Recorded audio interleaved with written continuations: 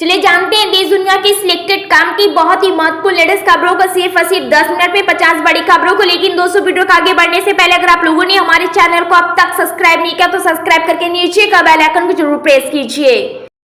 शपथ ग्रहण करते हुए प्रधानमंत्री नरेंद्र मोदी एक्शन मोड में आ गए। उन्होंने बड़ा फैसला लेते हुए ऐलान किया है कि चीन से बदला लिया जाएगा। चीन ने अरुणाचल प्रदेश की 30 जगहों के नाम बदले थे, अब भारत तिब्बत में 30 जगहों के नाम बदलेगा। यह चीन के उस उकसाने का बदला होगा जिसके चलते अरुणाचल प्रदेश में 30 स्थानों के नाम बदले गए थे। पीएम नरेंद्र मोदी के नेतृत्व वाली नवनिर्वाचित एनडीए सरकार ने तिब्बत में 30 स्थानों के नाम बदलने वाले प्रस्तावों को मंजूरी दे दी है। यह नाम तिब्बत की संरचना और इतिहास को ध्यान में रखकर तय किया जाएगा। नाम भारतीय सेना जारी करेगी और मैप में भी नामों को बदला जाएगा। नरेंद्र मोदी ने लगातार तीसरी बार प्रधानमंत्री पद की शपथ ली। मंत्रियों के विभागों के बंटवारे हो गए, सभी ने अपना अपना कार्यभार संभाल लिया है। अब मोदी 3.0 फुल ऑन एक्शन में नजर आ रही है। इसी बीच कांग्रेस पार्टी के नए सियासी मुद्दे को तूल दे दिया है। कांग्रेस नेता ने पिछली सरकार में विपक्षी दलों के 146 सांसदों के निलंबन के मुद्दे को तूल देते हुए सरकार और भाजपा पर तीखा तंज कसा है।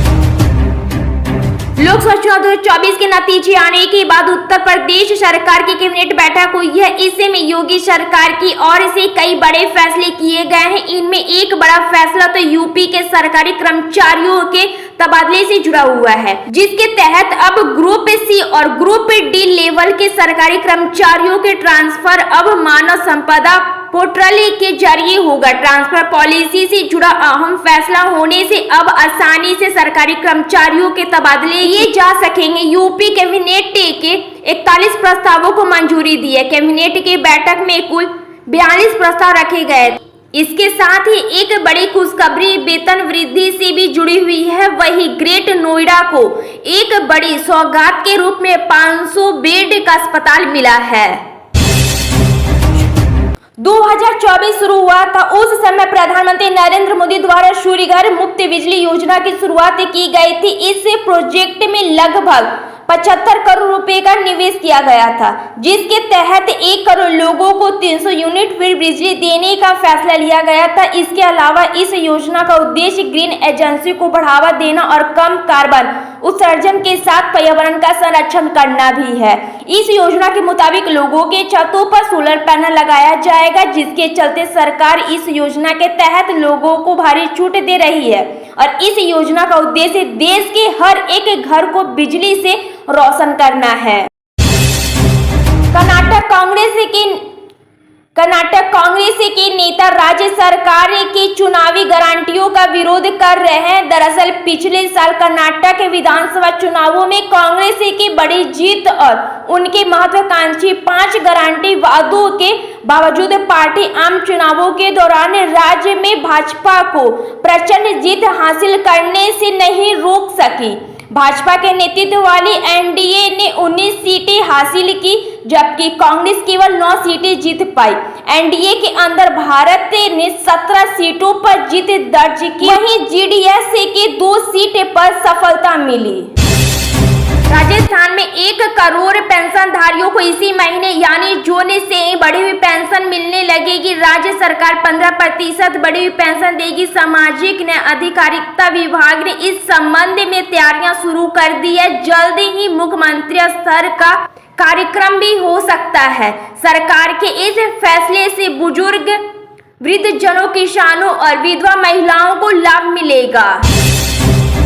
नेता संजय राउत ने नरेंद्र मोदी सरकार में मंत्रालयों के बंटवारे पर तंज कसते हुए कहा था कि मोदी मंत्रिमंडल में भाजपा नेताओं का तबादला है। अधिकांश मलाईदार मंत्रालय बीजेपी नेताओं को मिली है, जबकि नीतीश कुमार और चंद्रबाबू नायडू को झुंझुना थमा दिया गया है। संजय राउत के इस बयान पर भाजपा नेता शहजाद पूनावाला की ओर से तीखी प्रतिक्रिया सामने आई है।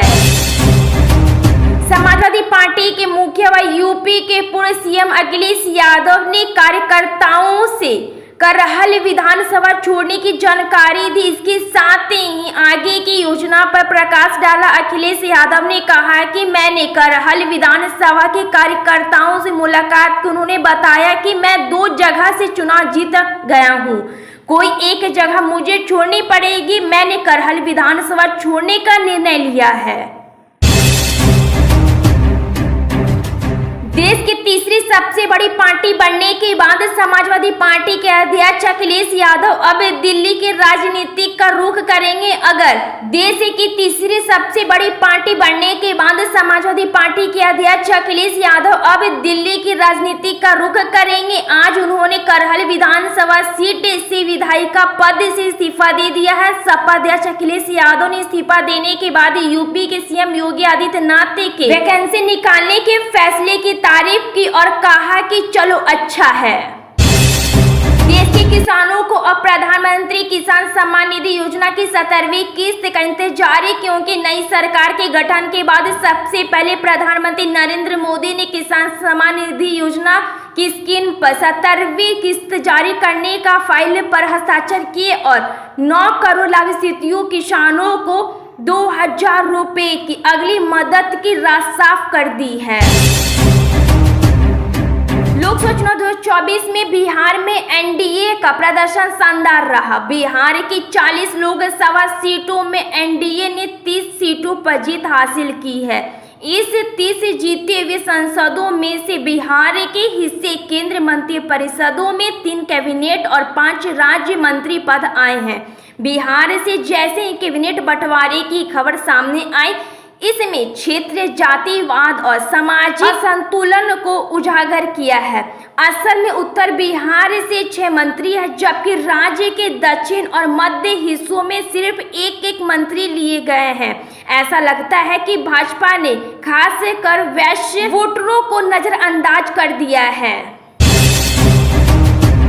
टीडीपी के अध्यक्ष चंद्रबाबू नायडू ने मुख्यमंत्री पद की शपथ लेने से एक दिन पहले पुष्टि की है कि आंध्र प्रदेश की राजधानी अमरावती होगी। उन्होंने कहा, अमरावती हमारी राजधानी होगी और राज्य की आर्थिक राजधानी विशाखापत्तनम होगी। हम बदले की नहीं बल्कि सचनात्मक राजनीति करेंगे। नायडू ने यह घोषणा विजयवाड़ा में आयोजित एनडीए विधायक दल की बैठक में की। रिपोर्ट के मुताबिक संसद का विशेष सत्र 24 जून से शुरू होगा और यह 8 दिनों तक चलेगा। 24 और 25 जून को नवनिर्वाचित सांसदों को शपथ दिलाई जाएगी और 26 जून को स्पीकर का चुनाव होगा। रिपोर्ट के मुताबिक एनडीए को शपथ देने के बदले जेडीयू और टीडीपी दोनों ने ही स्पीकर के पद की मांग की है। प्रधानमंत्री नरेंद्र मोदी ने मंत्रियों से समय पर आने को कहा, क्योंकि इससे कार्यालय के स्टाफ पर सकारात्मक प्रभाव पड़ता है। पीएम ने मंत्रियों से यह भी कहा कि गैर जरूरी बयानबाजी से बचे और मंत्रालय से संबंधित जरूरी मुद्दों पर ही बोले। पीएम ने कैबिनेट मंत्रियों से फैसले में राज्य मंत्रियों को शामिल करने को कहा। कांग्रेस अध्यक्ष मल्लिकार्जुन खड़गे ने कहा है, लोकसभा चुनाव 2024 में देश ने ऐसा जवाब दिया है कि मोदी सरकार को दूसरे के घरों से कुर्सियां उधार लेकर अपना सत्ता का घर संभालना पड़ रहा है।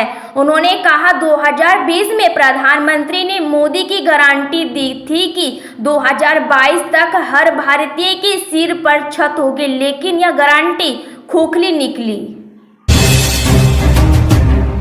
भारतीय जनता पार्टी भाजपा के अध्यक्ष जेपी नड्डा ने केंद्रीय स्वास्थ्य मंत्री का पदभार संभाल लिया। प्रधानमंत्री नरेंद्र मोदी के नेतृत्व वाली सरकार में कैबिनेट मंत्री के रूप में शपथ लेने के एक दिन बाद नड्डा को स्वास्थ्य मंत्रालय के साथ साथ रसायन एवं उर्वरक मंत्रालय भी आवंटित किया गया है।